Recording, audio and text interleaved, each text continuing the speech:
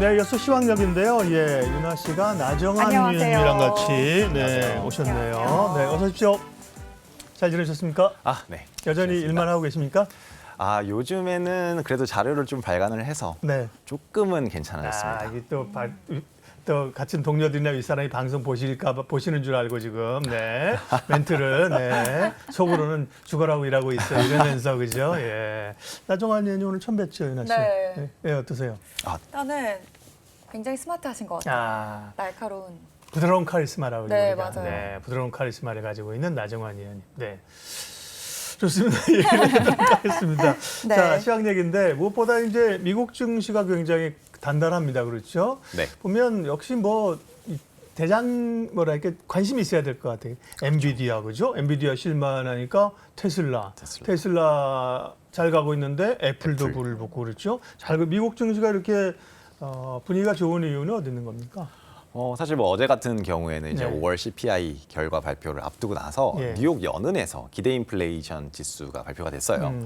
이게 향후 12개월 동안 기대 인플레이션 지수가 뭐 어느 정도 나올 거냐라는데 이게 4.1%로 집계가 됐는데 전월치가 이게 4.4%였거든요.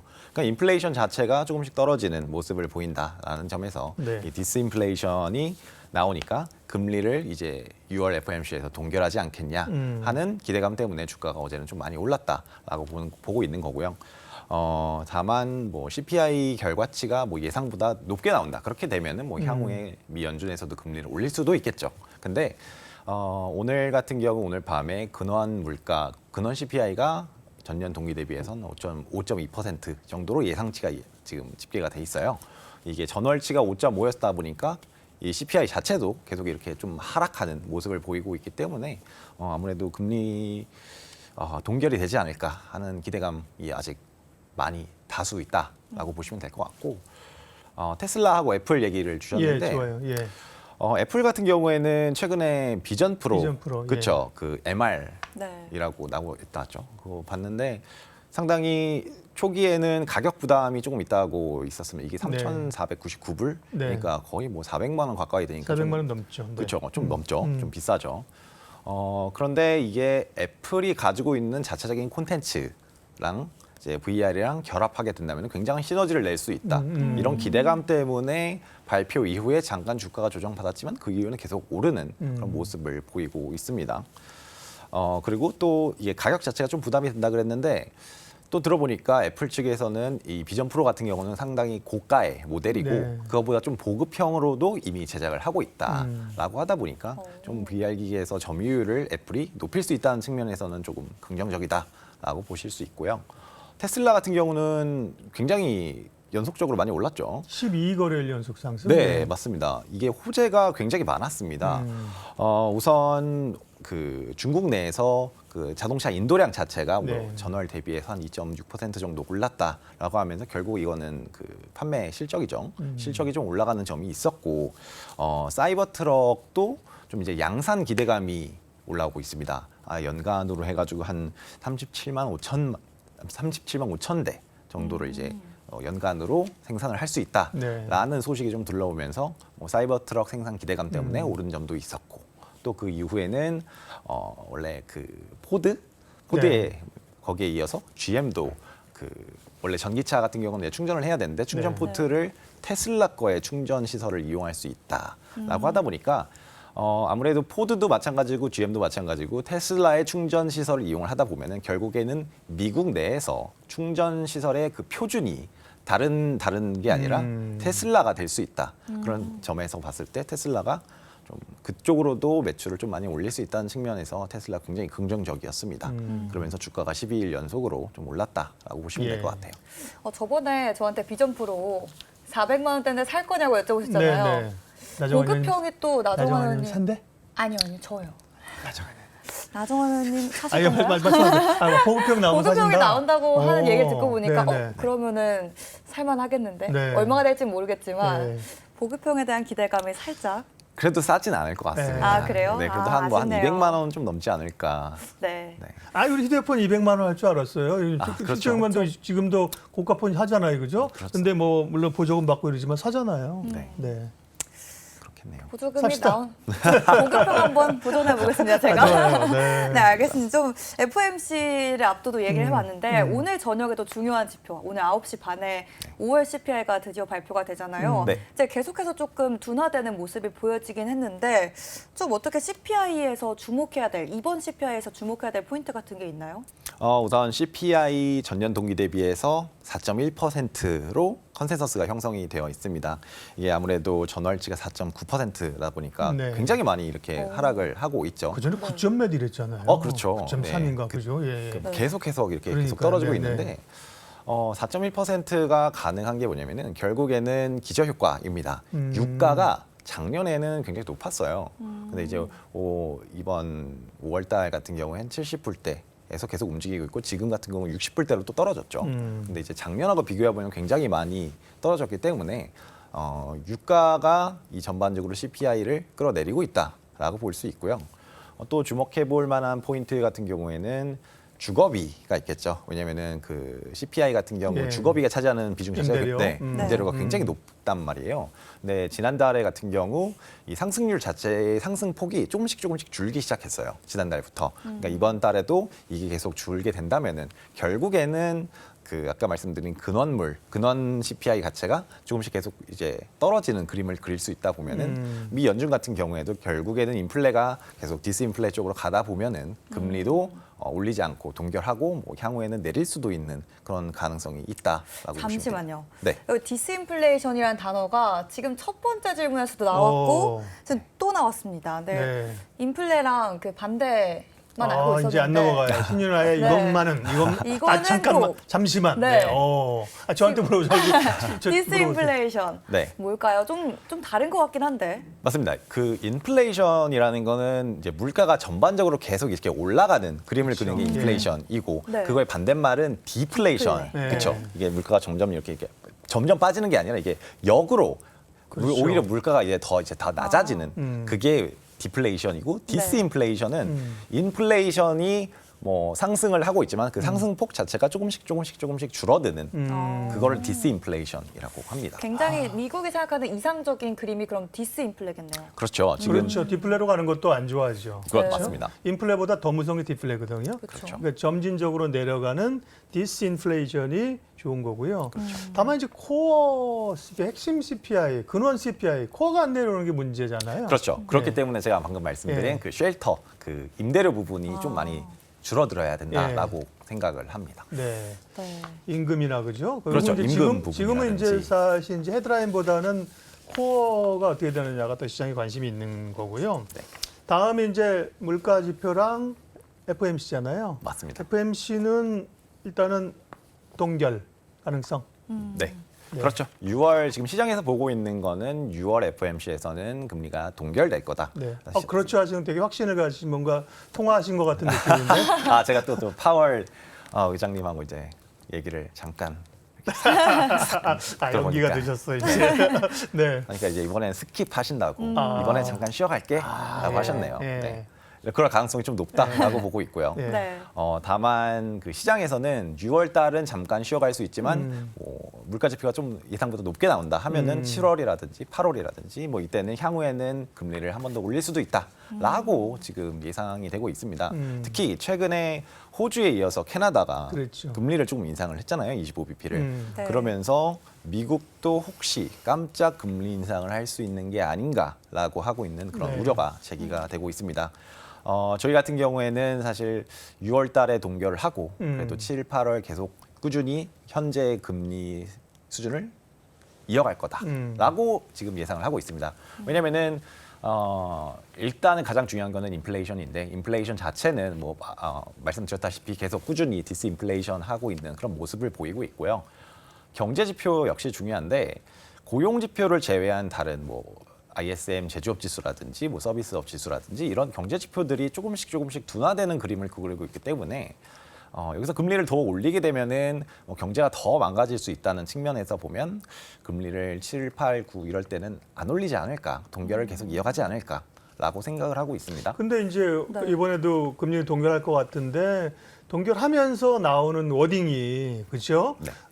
좀 세게 나와서 시장이 흔들리지 않을까 좀 우려를 하고 있는 거거든요. 맞습니다. 예. 정확하십니다. 그 블라드 총재 같은 분들이 이제 예. 좀 매파적인 분들인 우리 이번에는 금리를 동결을 했지만 향후에는 금리를 올릴 수도 있다라는 그런 멘트가 나오게 된다면은 주가가 조금 흔들릴 수 있지만 저희는 사실 그때도 매수를 할 수 있는 찬스가 아닌가라는 생각을 하고 있어요.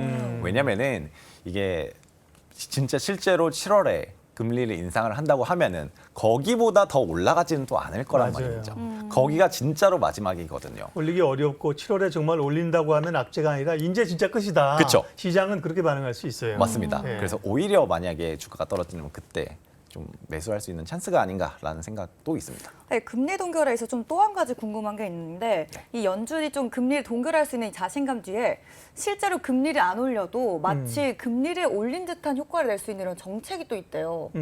그래서 좀 이렇게 금리 동결을 할 수 있는 좀 더 확신이 있다는 말도 있던데 이건 좀 어떤 얘기인가요? 그렇죠. 왜냐하면은 이 연준이 금융시장을 움직일 수 있는 요인들 금리도 있지만 네. 양적 긴축, 퀀티테이티브 이징이 있고 네. 타이트닝이 있죠. 네. 그러니까 이제 돈을 이제 이징은 이제 돈을 막 풀었는데 반대로 이제 돈을 이제 다시 끌어들이는 흡수하고 있는 네. 네. 그런 정책을 지금 펼치고 있기 때문에 굳이 금리를 올리지 않아도 네. 어느 정도 긴축 효과를 낼 수 있다라고 보고 있는 거고요. 지금 금리 수준만 봐도 사실 이렇게 어느 정도 많이 올라왔잖아요. 네. 그렇다 보니까 지금 수준만 어느 정도 유지를 한다 하더라도 긴축 효과는 충분히 볼 수 있다라고 생각하기 때문에 미 연준이 동결을 하는 게 아닐까라고 생각을 하고 네. 있습니다. 네, 알겠습니다. 좀 FOMC 그리고 금리에 대한 이야기까지 나눠봤는데 또 나스닥이 FOMC나 사실 뭐 CPI 발표나 이런 중요한 이슈를 앞두고는 약간은 좀 주춤하는 모습, 약간 경계감을 좀 표현을 하는데 나스닥이 좀 간밤에 연중 고점을 경신했거든요. 좀 추가적인 상승력이 더 남아있을지 궁금하고요.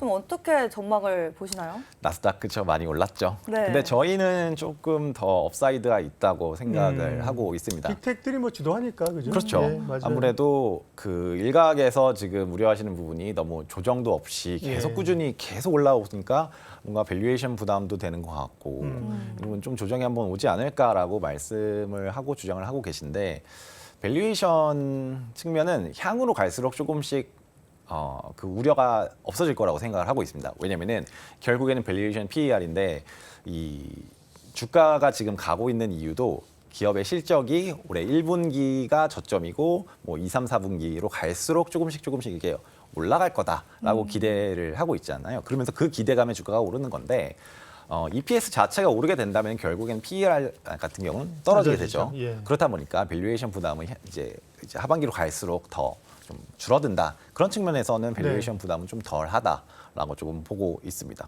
네. 그리고 미 연준 같은 경우도 뭐 이제 네. 만약에 7월에 올린다고 하더라도 그때가 이제 고점이고 거기보다 금리가 더 올리지 않는다는 기대감 자체도 주가에는 상승 모멘텀이죠. 네.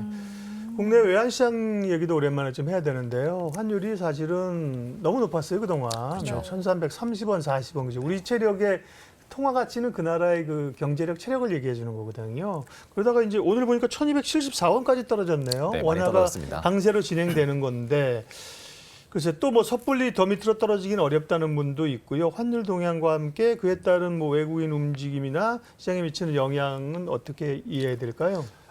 일단 외국인 자체는 5월 달에 많이 들어왔었고 6월도 꽤 들어오다가 최근에 잠깐 좀 그 순매도를 잠깐 보이는 그런 네. 경향도 보였었는데 사실 원화 같은 경우는 여기 많이 내려오긴 했는데 그 위안화하고 사실 비슷하게 움직입니다. 위안화랑 원화는. 동조화가 된다. 동조화가 되죠. 근데 위안화 지금 최근에 보시면은 안 떨어졌거든요. 위안화는 여전히 좀 약세 국면을 계속 이어가고 있는데 네. 원화만 좀 강세를 보이는 그런 모습을 네. 보이고 있어요. 그렇다 보니까 좀 과도하게 원화가 강세를 보인 게 아닌가. 그렇다면은 원달러 환율이 향후에는 조금 더 올라갈 수 있다면은 외국인 수급은 조금 덜 들어올 수 있는 요인이 아닌가라고도 좀 생각을 하고 있고요. 외국인 수급 자체는 뭐 AI 그 경쟁 그것도 인해서 반도체가 수혜를 보다 보니까 연초 이후에 한 13조 원 외국인이 순매수를 코스피에서 했지만 그중에서 11조를 반도체로 사다 보니까 결국 AI 기대감에 맞던 그런 게 외국인의 수급이었는데 네. 이미 많이 샀죠. 그렇다 보니까 여기서는 좀 이제 그 주가 상승을 기다리는 게 아닐까라는 관점에서는 외국인 순매수 때는 조금 더 둔화될 수는 있겠죠. 사실 우리 체력으로 보면 지금 한 1,250원, 뭐 40원, 50원 그 정도가 적정해 보이는데 단기적으로 네. 많이 내려와서 여기서 1,270원에서 하방 쪽으로는 또 좀 어렵다 이런 시각이 많은 것 같아요. 비슷한 시각이 있어요. 네, 맞습니다. 네, 그럼 좀 환율이 어느 정도 원화 강세가 조금 더 지속이 된다면 이 환율을 노리고 외국인이 또 추가적으로 유입될 수도 있긴 한가요? 그렇죠. 만약에 말씀하신 대로 원달러 환율이 더 계속 지속적으로 내려간다라고 하면은 그거를 노리고 외국인이 들어올 수는 있는데 근데 지금 더 떨어지는 게 어렵다니까. 그렇죠. 그렇죠. 좀 어렵고 오르면 사실 오히려 또 오르면 상했지. 오를지 내릴 수는 네, 없다는 거군요. 맞습니다. 그리고 환율만 노리고 외국인이 사실 들어오진 그렇죠. 않거든요. 예. 네. 네, 알겠습니다. 또 환율 얘기를 했으니까 이 무역 수지에 관한 얘기도 하면 좋을 것 같은데 오늘 발표된 바에 따르면은 이제 좀 6월에도 무역 수지가 적자 출발을 했다 이런 말이 있더라고요. 맞습니다. 지금 적자의 폭이 좀 심각한 상태인 건지 좀 어떤 상태인 건가요? 6월 1일부터 10일까지의 수출 동향이 발표가 됐죠. 네. 근데 이제 무역 적자 폭 자체가 마이너스 14억 달러 정도. 이게 이거 얼마나 이게 큰 게 좀 비교를 해보자면 지난달 네. 5월 1일부터 10일까지의 무역 적자 폭이 한 42억 달러 정도. 많이 줄었네. 그럼 그러니까 괜찮은 거 아닌가요? 그죠? 많이 네. 줄었죠. 생각보다 많이 줄었습니다. 그래서 네. 이런 걸 보면 결국 수출이 잘 됐는데 자동차 쪽에서 좀 잘 되고 기계 쪽에서 수출이 좀 잘 되다 보니까 무역 적자 폭 자체가 조금 줄어들었다라고 보고 있고요. 결국에는 이 무역 적자가 좀 흑자로 전환을 되려면은 한국이 이제 가장 잘하는 산업 반도체. 예. 반도체가 좀 개선이 돼야 되는데 반도체 같은 경우에도 지금 6월 1일부터 10일까지 수출 증가율 자체가 한 마이너스 31% 전년 동기 대비해서 근데 그게 지난달에는 한 마이너스 36% 정도 됐거든요. 그래서 이것도 마찬가지로 적자 낙폭 자체는 좀 줄어들고 있는데 결국에는 뭐 하반기에 반도체 수요가 좀 더 올라오고 그러면서 반도체 출하량 자체가 늘어나면서 그러면서 반도체 수출이 개선돼야지만 좀 무역 적자가 해소가 되지 않을까 생각하고 있습니다. 네, 오늘 뭐 여러 얘기를 굉장히 조근조근하게 그죠? 많이 네. 얘기해 주셨는데 전략을 좀 마무리하겠습니다. 코스피가 어느덧 뭐 장중 기준으로 하면 2,600 한 40, 50까지 왔어요, 그죠? 좋긴 한데 단기적으로 좀 부담스럽다는 시각도 있고요. 네, 어떤 전략을 취하는 게 좋을지 또 이제 어떤 섹터 반도체는 들어갈 것 같고요. 네, 관심 섹터 말씀해 주세요. 네. 네, 저희가 항상 말씀드리는 반도체 같은 경우는 뭐 항상 뭐 빅테크 기업들이 AI 개발 네. 경쟁에 따라서 수혜를 보는 업종이기 때문에 예. 반도체를 항상 좋게 보고 있고요. 네.